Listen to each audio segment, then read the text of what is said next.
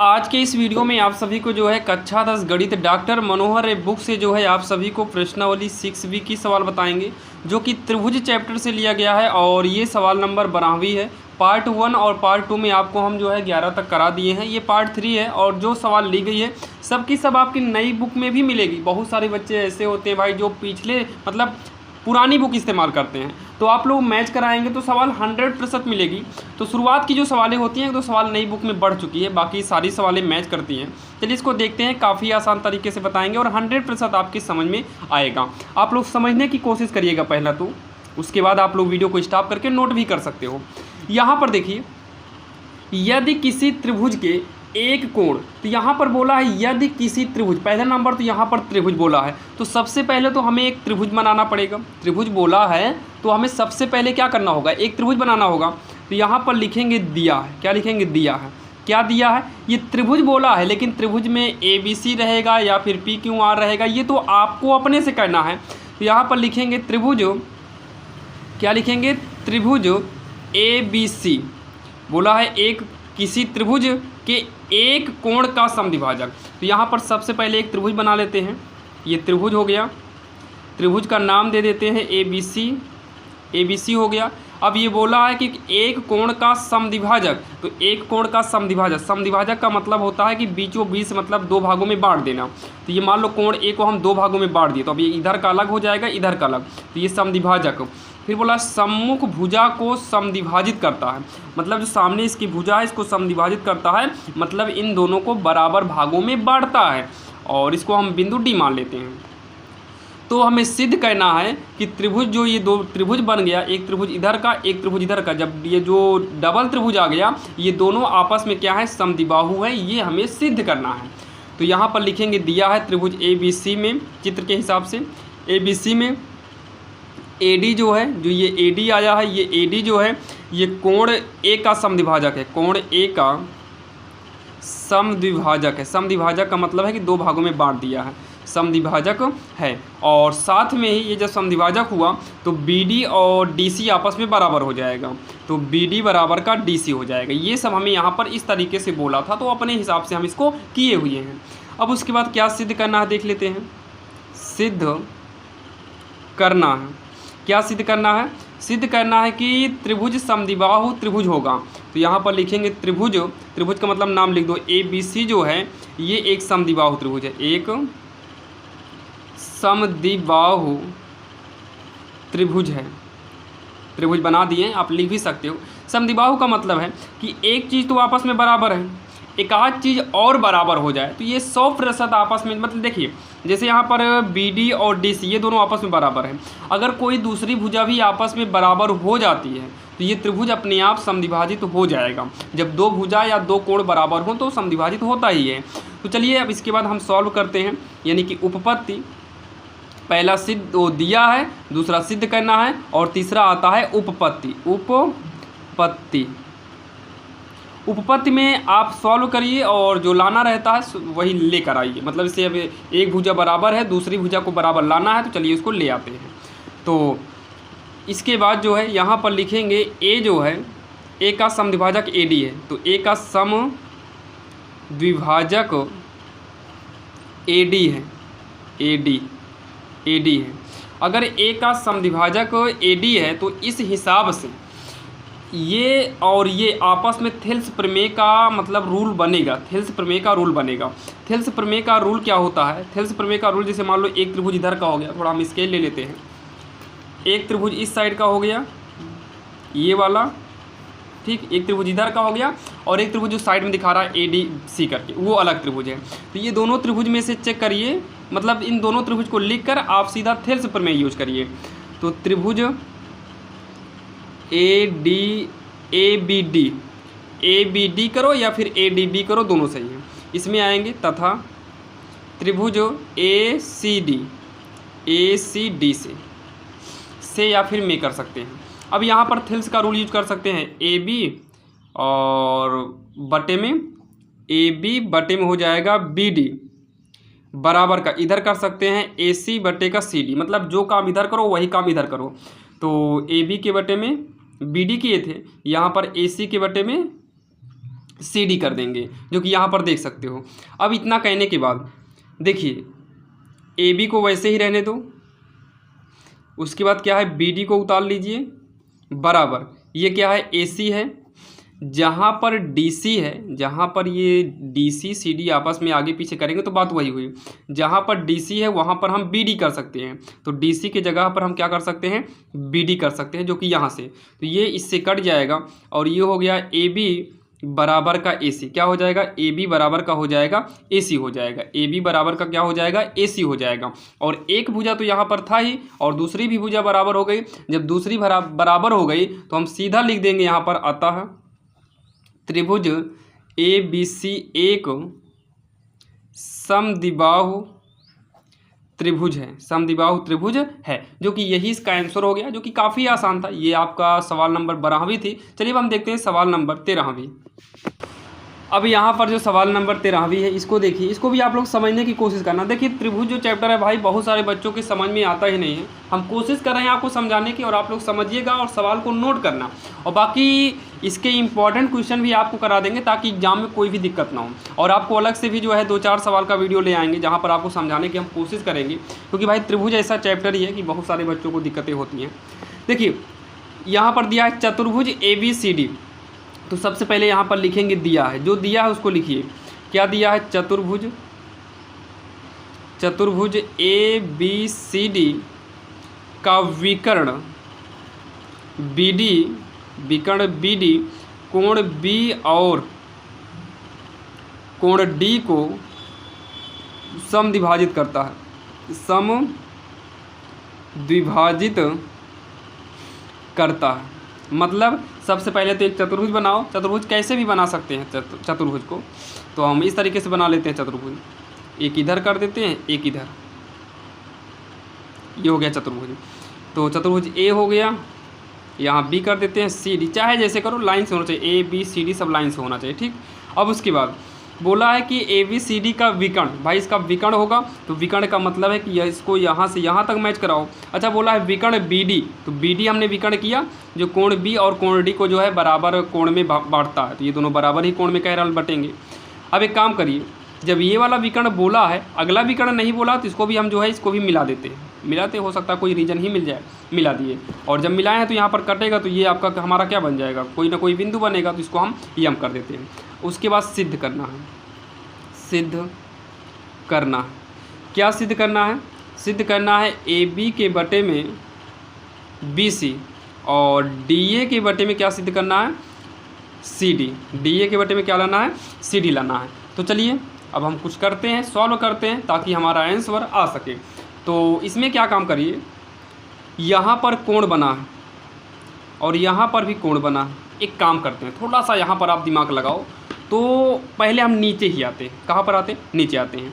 तो नीचे अगर आएँ तो ये फाइनल जो त्रिभुज बनेगा ना A, उसके बाद त्रिभुज बनाएंगे, ध्यान रखना चतुर्भुज नहीं, AB पर आए, B के बाद C से, और ये देखो पैक किया, मतलब ABC ये त्रिभुज बन रहा है। ये वाला एरिया जो है, ये वाला एरिया जो है त्रिभुज बन रहा है पूरा का पूरा, ये वाला एरिया जितना हम कर रहे हैं ये सब एरिया त्रिभुज बना ABC। तो यहाँ पर लिखेंगे त्रिभुज, उपपत्ति डालकर त्रिभुज ABC, क्या लिखेंगे त्रिभुज ABC में अगर यहाँ पर देखो तो ये जो BM है ना, जो BM है ये जो है कोण B को समद्विभाजित कर रहा है, कोण B को या कोण B का समद्विभाजक है, समद्विभाजक है, मतलब दो भागों में बांटता है, समद्विभाजक है। अगर ये समद्विभाजक है तो ये दोनों आपस में बराबर होंगे। जब ये दोनों बराबर है तो यहाँ पर हम थेल्स प्रमेय यूज कर सकते हैं। तो यहाँ पर थेल्स प्रमेय यूज कैसे करेंगे, ध्यान से सुनना। इसके सामने का भुजा ये मतलब AM और इधर वाले के सामने का ये यानी कि MC बराबर हो जाएगा। मतलब देखिए कोण के सामने की भुजा लिए हैं, कोण के सामने की भुजा को बटे में किए हैं, तो पहले इधर का लिए, तो एक काम करो आप कोण वाली लाइन को भी आपस में बटे में कर दो, तो ये हो जाएगा AB बटे में BC। थेल्स का जो प्रमेय होता है ये मतलब उस प्रमेय के हिसाब से आप कुछ ऐसा करो जो दोनों के लिए सही हो। जैसे मान लो हमने इतना त्रिभुज लिया, अब इसमें दो त्रिभुज बन रहे हैं, दो पार्ट के हिसाब से है कि नहीं। तो हमने इधर क्या किया, ये वाली भुजा लिए तो ये वाली भुजा लिए, बटे में किए, तो ये वाली भुजा और ये वाली भुजा ले सकते हैं। क्यों? क्योंकि कोण के सामने का था और ये कोण से टच था, ये भी कोण से टच था, तो हम ये रूल यूज कर सकते हैं। और ऑलरेडी ये दोनों बराबर होता है, थोड़ा बहुत कुछ रीजन होना चाहिए, तो भाई ये दोनों बराबर था और ये दोनों कोण बराबर था, इस हिसाब से हम जो है थेल्स प्रमेय यूज किए हैं। ठीक, समीकरण 1 बनाकर छोड़ दो अभी यहाँ पर। जैसे हम नीचे किए थे, अब नीचे वाले को हटाते हैं, तो ऊपर वाला क्या बनेगा, ADC बनेगा। तो लिखेंगे त्रिभुज ADC में, इसमें जो है DM बन रहा है, क्या बन रहा है, DM, कोण D का समद्विभाजक है, कोण D का समद्विभाजक है। अब देखिए, तो यहाँ पर क्या काम करो, यहाँ पर भी वही करते हैं ना भाई, ये दोनों बराबर ही है, तो इसको AM के बटे में MC करो, AM के बटे में MC हो गया।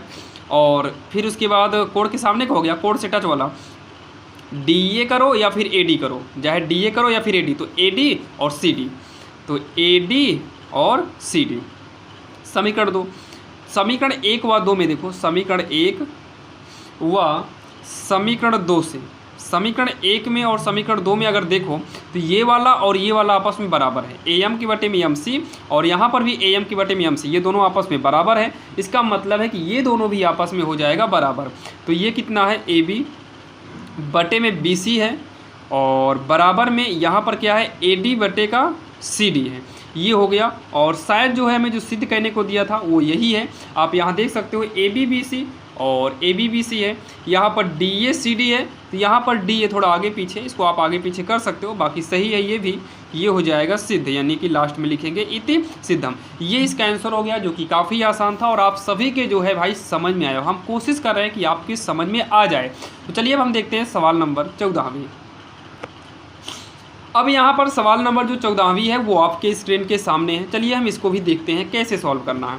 सबसे पहले तो हमें क्या लिखना है, दिया है, क्या दिया है, ABCD समलंब चतुर्भुज है, क्या है, समलंब चतुर्भुज है, नहीं दिया है, चतुर्भुज में AB समांतर DC, ये D है, DC है। फिर बोला है सिद्ध करो, तो इससे पहले हम इसको चित्र बनाएंगे, फिर लिखेंगे सिद्ध क्या करना है। तो चतुर्भुज बनाना है, तो क्या है, समलंब, और यहाँ पर क्या बोला है, समांतर। तो एक काम करते हैं, एक लाइन यहाँ खींचते हैं, एक लाइन यहाँ खींचते हैं, ये दोनों आपस में समांतर है। छोटा बड़ा कर सकते हो, समांतर का मतलब है कि आपस में मतलब कभी काटे ना, लाइनें छोटी बड़ी तो हो सकती हैं। इसको लाके इसमें मैच करा दो, इसमें लाके ऐसे मैच करा दो। देखिए जरूरी नहीं कि आपका भी चित्र ऐसे ही बने, हो सकता है दूसरे हिसाब से बने। कुल मिला के दोनों समांतर होना चाहिए, हो सकता है कि ऊपर वाली बड़ी हो नीचे वाली छोट हो, तो आप लोग कन्फ्यूज नहीं होना है। अब ABCD नाम दो, तो ABCD। अब यहाँ पर भी आप कन्फ्यूज मत होना, ABCD, इस तरीके से भी आप ABCD कर सकते हो, ठीक, आप समझिएगा। और फिर उसके बाद ये हो गया जी, इसके हिसाब से ABDC, AB और DC समांतर भी है। अब उसके बाद सिद्ध क्या करना है, सिद्ध करना है, क्या सिद्ध करना है कि भाई DE बटे में EB बराबर का EC बटे में EA, तो ये हमें सिद्ध करना है। तो अब आते हैं हम उपपत्ति पे, थोड़ा आप लोग ध्यान समझना। यहाँ पर अगर यहाँ पर सिद्ध करने के लिए E की चर्चा किया और चित्र में ABCD ही है, यहाँ पर E की चर्चा किया और सब में E है, इसका मतलब है कि हो सकता है कि भाई इसका जो ये क्या बोलते हैं प्रतिच्छेद बिंदु या फिर जो केंद्र वाला बनेगा वो E होगा, तभी तो सब में E जाएगा। ये यहाँ पर करना पड़ेगा, ठीक, इतना हमें करना पड़ेगा। आप यहाँ पर लिख सकते हो संरचना में कि भाई दोनों का हम जो है विकर्ण खींचे हुए हैं, बाकी कोई दिक्कत नहीं, आप ऐसे ही करिए। अब यहाँ से हमें कुछ ऐसा करना होगा कि ये हमारा प्रूफ हो जाए, यानी कि सिद्ध हो जाए। और हमें दिया भी है AB समांतर DC, तो यहाँ पर लिखते हैं उपपत्ति में AB समांतर DC। अगर AB समांतर DC दिया है तो अब यहाँ पर दो त्रिभुज आपको हेरना है। तो जो पहला बनेगा AB, ये लाइन है, तो इससे जो है ये त्रिभुज बन गया, और फिर DC है, DC से हमारा ये त्रिभुज बन जाएगा। बनेगा कि नहीं, थोड़ा इसको हम चेंज कर देते हैं, ये नीचे वाला, ये मान लो कलर चेंज कर दे रहे हैं, ये नीचे का हो गया, एक ऊपर का है, दो त्रिभुज बना है। तो इस हिसाब से ऊपर वाला जो त्रिभुज बनेगा, या नीचे वाला ही लिख लो पहले, त्रिभुज ABE, तथा ऊपर वाला क्या है CE या CDE त्रिभुज, ये हो गया इतने में या से। इसमें थेल्स का यूज करो, लेकिन थेल्स का यूज ऐसा करना कि जो प्रूव करना है, जो सिद्ध करना है, वो डायरेक्टली नहीं आना चाहिए। जैसे यहाँ पर डी ई के बटे में ई बी है, तो डी ई का मतलब ये और ई बी का मतलब ये। तो एक काम करो, पहले हम इतना ही त्रिभुज इस्तेमाल करते हैं, तो डी ई के बटे में हम ई सी कर देते हैं, या फिर डी ई के बटे में सी ई कर दो। तो डी ई के बटे में क्या किए हैं, सी किए हैं कि नहीं। उसके बाद जो है, ध्यान सुनना, हम इधर से किए थे ना, अब ये हो जाएगा क्या बोलते हैं, ध्यान से सुनना, इसमें का थोड़ा एक रूल होता है, जैसे इसको फोल्डिंग कर देना। फोल्डिंग करने के बाद ये वाली लाइन जो है ये इस पर आएगी और ये लाइन इस पर आती है, थोड़ा आप समझिएगा, ये वाली लाइनें इस पे आएगी। तो यहाँ पर डी के बटे में सी किए थे, तो यहाँ पर इधर से बी के बटे में क्या करना होगा, बी ई, ये बी ई है, बी के बटे में हमें ए ई करना होगा, ए ई। अब उसके बाद थोड़ा इसको गुणा करा दो, तो डी ई गुणे में ए ई बराबर का इधर से कराएंगे तो हो जाएगा बी ई गुणे में सी। थोड़ा सिद्ध जो करना है उसके हिसाब से देखो, ये है डी ई, ये क्या है, डी ई है, और फिर ए ई नहीं है, ई ए है, तो इसको आगे पीछे कर दो, ई ए हो जाएगा। ये बी है लेकिन यहाँ पर चाहिए ई बी चाहिए, तो ई बी कर देंगे, और सी यहाँ पर ई सी चाहिए तो इसको ई सी कर दो। अब क्या कम करो, सिद्ध करने के हिसाब से डी के बटे में ई बी है, तो डी के बटे में ई बी का पक्षांतर करके भेज दो, बटे में आ जाएगा, और रूल के हिसाब से भाई पक्षांतर हो भी जाएगा बराबर। यहाँ पर ई सी बचा है और यहाँ पर ई ए बचा है, और इतना जैसे ही आप करोगे ये सवाल सिद्ध हो जाएगी। यहाँ पर हम लिखेंगे इति सिद्ध। कोई भी दिक्कत न हो तो आप लोग कमेंट कर सकते हो, बाकी हम कोशिश कर रहे हैं कि आपके समझ में आ जाए। तो ये रही हमारी सवाल नंबर 14वीं। चलिए हम देखते हैं सवाल नंबर 15। अब यहाँ पर जो सवाल नंबर 15वीं है वो आपके सामने है। सबसे पहले तो हम लिखेंगे दिया है, और ये पूरी का पूरी सवाल है। आप लोग जब सॉल्व करना एग्जाम में तो ये वाला चित्र आपको बनाना पड़ेगा। दिया है में क्या लिखेंगे पता है, चित्र से लेकर, यहाँ से लेकर जो है आपको प्रतिच्छेद करता है, मतलब यहाँ से लेकर यहाँ तक आपको एग्जाम में नोट करना होगा। तो भाई हम यहाँ नोट नहीं करेंगे, ऊपर से ही समझा देंगे, डैश डैश मारे हैं, आप लोग एग्जाम में ध्यान देना, इसको नोट करना पड़ेगा, ठीक। उसके बाद सिद्ध करना है, ये है। अब उसके बाद क्या लिखे, ओ दिया है हो गया, अब सिद्ध करना है। तो सिद्ध करना है, क्या सिद्ध करना है चलिए देखते हैं। सिद्ध करना है ए पी, ये पॉइंट का मतलब इंटू होगा, ए पी गुणे पी सी बराबर में डी पी गुणे पी बी, ये हो गया। थोड़ा इसमें पढ़ते हैं क्या बोला गया। चित्र में उभयनिष्ठ विकर्ण बी सी, मतलब ये जो वीसी है ये दोनों का विकर्ण है। थोड़ा आप लोग समझना, एक त्रिभुज ये है, एक त्रिभुज हमारा ये वाला है, तो इसका जो विकर्ण है ये है, और अगला जो त्रिभुज है, अगला त्रिभुज थोड़ा हम स्केच भाई ले लेते हैं। अगला जो त्रिभुज है ये वाला, ये वाला, ये, और इसका भी विकर्ण जो है ये नीचे वाला ही, मतलब दोनों का विकर्ण एक ही है। तो दोनों का विकर्ण क्या है हमारा, एक ही है। यहाँ पर इंटू भी अगर करना चाहो तो कर सकते हो, ठीक। चलिए अब देखते हैं। अब यहाँ पर कोण ए भी, ये सिंबल जो है ये 90 डिग्री का है, और ये भी सिंबल 90 डिग्री का है। तो यहाँ पर सबसे पहले दो त्रिभुज निकालो उपपत्ति। एक तो हरा वाला देखो, बी डी सी, त्रिभुज बी डी सी, तथा अगला देखो बी ए सी या फिर ए बी सी कर दो, ए बी सी से या फिर में, दोनों सही है, में भी कर सकते हो, से भी कर सकते हो। तो अगर देखो तो ये वाला, इसमें का कोण डी और इसमें का कोण ए आपस में बराबर होगा, क्योंकि दोनों 90 डिग्री का सिंबल दिखाया गया है, यानी कि 90 है, और ये चीज़ें हमें दिया है, ठीक। अब उसके बाद अगर आप ध्यान दो तो यहाँ पर बनने वाला कोण और यहाँ पर बनने वाला कोण आपस में बराबर होगा, क्योंकि ये आपस में शीर्षाभिमुख या फिर विपरीत कोण के हिसाब से। तो पहले चाहे इधर का लिखो चाहे इधर का लिखो, दोनों सही है। तो पहले इधर का लिखते हैं, कोण ए पी और मोड़ दो ऐसे बी तक, तो ए पी बी बराबर होगा D P C, D P C. ये क्या है, विपरीत कोण है या फिर शीर्षाभिमुख, तो विपरीत कोण मतलब उल्टे में है, तो विपरीत कोण है भी लिख सकते हो, विपरीत कोण है। अब उसके बाद, अब इतना कहने के बाद कुछ उभयनिष्ठ है क्या, उभयनिष्ठ का मतलब जो दोनों में मिलता हो। तो चेक करो क्या कोई ऐसा चीज़ है जो दोनों में मिलता हो। तो भाई उभयनिष्ठ जो है, हाँ पी उभयनिष्ठ है, पी जो है इधर के लिए भी था और पी जो है इधर के लिए भी था, और खैर दोनों आपस में बराबर है, तो यहाँ उभयनिष्ठ कहने की जरूरत नहीं है। जब दो कोण आपस में बराबर हो तो तीसरा कोण अपने आप बराबर हो जाता है। ये त्रिभुज का रूल होता है। इसका मतलब ये त्रिभुज सर्वांग सम हो गया। ये त्रिभुज क्या हो गया? सर्वांग सम हो गया। देखिए त्रिभुज इसको हम चेक किए, इसके पहले का तो सब समझ में आ रहा था कि हाँ सर्वांग सम है। यहाँ पर ये त्रिभुज अब सर्वांग सम हो गया। सर्वांग सम हो गया, इसका मतलब है कि अब यहाँ पर जो थेल्स का प्रमेय है ना वो काम कर सकता है। थेल्स का प्रमेय काम कर सकता है। तो चलिए ये दोनों सर्वांग सम है तो हम थेल्स का प्रमेय का काम मतलब यूज करते हैं। थेल्स प्रमेय का रूल क्या होता है भाई? थेल्स प्रमेय का रूल जो है एकदम सिंपल होता है। जैसे दोनों देखिए ग्रीन और ये रेड टाइप का जो है ये अलग अलग है। तो यहाँ पर देखिए अगर हम ए बी के बटे में ये बड़ा वाला ए सी करें, ए बी के बटे में ए सी करें, तो ये देखिए ध्यान समझना, ए बी के बटे में एक ही त्रिभुज के बटे में कर रहे हैं। ए बी के बटे में अगर हम ए सी करें तो इस रूल के हिसाब से अगर हम इस वाले के बटे में ये बड़ा वाला किए हैं, इस वाले के बटे में ये बड़ा वाला किए हैं, ये जनाई दे रहा है छोटा बड़ा थोड़ा सा है, या फिर ये सिंगल मतलब लाइन थी और यहाँ पर सिंगल क्या है? डीसी है, तो ये डीसी बटे में हो जाएगा। ये काटने वाला किए थे एसी, यहाँ पर एसी किए थे क्योंकि ये काट के गया था, तो यहाँ पर हमें डीबी कहना होगा क्योंकि वो भी तो काट के गया है, तो यहाँ पर क्या करना होगा? डीबी। ये दोनों आपस में क्या है? बराबर हो गए। ये दोनों आपस में मतलब थेल्स के रूल के हिसाब से अगर इसके बटे में ये करेंगे तो इसके बटे में ये हो जाएगा। अब उसके बाद जो है, अब उसके बाद यहाँ पर थोड़ा समझना, ए बी के बटे में क्या कर दिए हम?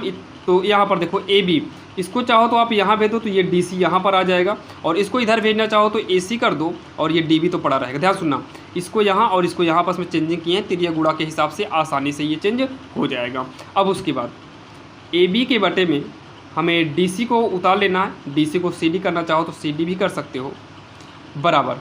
जहाँ पर हम ए सी किए हैं ना, जहाँ पर हम AC किए हैं ना, अगर हम यहाँ पर AP करना चाहें तो भाई छोटा वाला कर देंगे, लेकिन एक शर्त रहेगी, जब यहाँ पर छोटा वाला करोगे तो यहाँ पर भी छोटा वाला हो जाएगा। मतलब अगर हम AC के जगह पर AP करें तो DB के जगह पर DP हो जाएगा, तो AC के जगह AP करें तो DB के जगह पर DP हो जाएगा, 100% कन्फर्म है। अब उसके बाद सिद्ध करने वाले में क्या चाहिए भाई? इसमें तो ABBC की चर्चा ही नहीं किया है, मतलब ABBC को हमें क्या करना होगा? हटाना पड़ेगा। तो इतना होने के बाद तो ये क्या हो गया? AP बटे हमारा क्या हो गया? DP हो गया। अब थोड़ा सा और आते हैं, थोड़ा सा चित्र में की ओर और बढ़ते हैं। तो एक काम करिए, ये और ये हो गया ना, अभी ये वाला और ये वाला बचा हुआ है। अभी जो है ये वाला बचा। तो देखिए ये ग्रीन वाला जो है, जहाँ पर DC किए हैं उसके जगह पर हम BP कर देते हैं, उसके जगह पर क्या करेंगे? हम BP। लेकिन देखिए इसके नज़दीक में ये पड़ रहा है तो इसके उठा में BP कर दो, और इसके नज़दीक में ये है तो इसके जगह पर PC कर दो। मतलब जहाँ पर AB है वहाँ पर BP कर देते हैं, जहाँ पर AB है वहाँ पर क्या कर देते हैं? BB, चित्र से। तो यहाँ पर हम क्या कर देंगे? BP। और जहाँ पर CD है उसके जगह पर CP कर दो, यहाँ पर CP कर देंगे। ये हो गया AP बटे में DP। अब थोड़ा तिरछा गुणा करा दो तो हो जाएगा BP गुणे DP बराबर का हो जाएगा BP DP, इधर से हो जाएगा AP CP। आगे पीछे कर लो तो AP, इसको CP, इसको पीछे कर दो BP और DP। ये D है और P है, ध्यान रखना D है P, तो थोड़ा D छोटा है तो DP, यहाँ पर DP। तो अब आप जो है मिला सकते हो, पूरा का पूरा सिद्ध हो गया है। बस हो सकता है कहीं पर जैसे आप BP किए हैं तो PB हो, तो आप इसको मैच करा लेना। बाकी ये सिद्ध हो गया, इति सिद्ध, जो कि काफ़ी आसान सवाल थे, थोड़ा सा यहाँ पर समझना था, थोड़ा बड़ा गया, बाकी ईजी है। तो ये रही हमारी सवाल नंबर 15वीं। चलिए हम देखते हैं सवाल नंबर 16वीं, जो कि इस प्रश्नावली की लास्ट सवाल है। अब यहाँ पर देखिए सवाल नंबर 16वीं जो है आपके स्क्रीन के सामने है। यहाँ पर भी हम सबसे पहले तो भाई लिखेंगे जो दिया है, और आप लोग भी जाए दिया में, यानी कि एग्जाम में सॉल्व करते समय आप चित्र को ज़रूर बनाइएगा, क्योंकि चित्र सवाल में रहती है और एग्जामिनर जब कॉपी चेक करता है तो वो आपके चित्र के हिसाब से सवाल को चेक कर दिया जाता है। तो आप चित्र को उतारिएगा, और उसके बाद दिया है हमें निम्न आकृति से लेकर आपको यहाँ तक उतारना, यहाँ तक, या फिर शॉर्टकट में ही लिख देते हैं। दिया है AB समांतर PQ और AC समांतर PR। बाकी आप लोग एग्जाम में यहाँ से लेकर पूरा यहाँ तक उतारना, लाइन से पूरा ये सब कितना लिखा सब कुछ उतारना, ठीक। फिर उसके बाद हमें दर्शाना है, तो यहाँ पर चलिए डालते हैं दर्शाना है। क्या दर्शाना है? BC समांतर QR। तो अगला स्टेप जो आता है उपपत्ति का आता है। उपपत्ति में जो दिया है उसी को लिखो। ए बी समांतर क्या दिया है, पी क्यू दिया है। तो चलिए देखिए चित्र में ए बी और पी क्यू कहाँ पर है, तो ए बी ये है और पी क्यू ये है। तो इससे कवर होने वाला जो चित्र बनेगा वो इस तरीके से बनेगा। ये इसमें दो त्रिभुज है, एक ये छोटा सा त्रिभुज है जो ए ओ बी है, तो ए ओ बी, और एक बड़ा त्रिभुज है, बड़ा मतलब पी ओ क्यू तक, तो पी ओ क्यू। ये दो त्रिभुज इसमें बना है, इतने तथा इतने से या फिर में। अब यहाँ पर थेल्स प्रमेय यूज करा दो, क्या करो, थेल्स प्रमेय का इसमें यूज करा दो।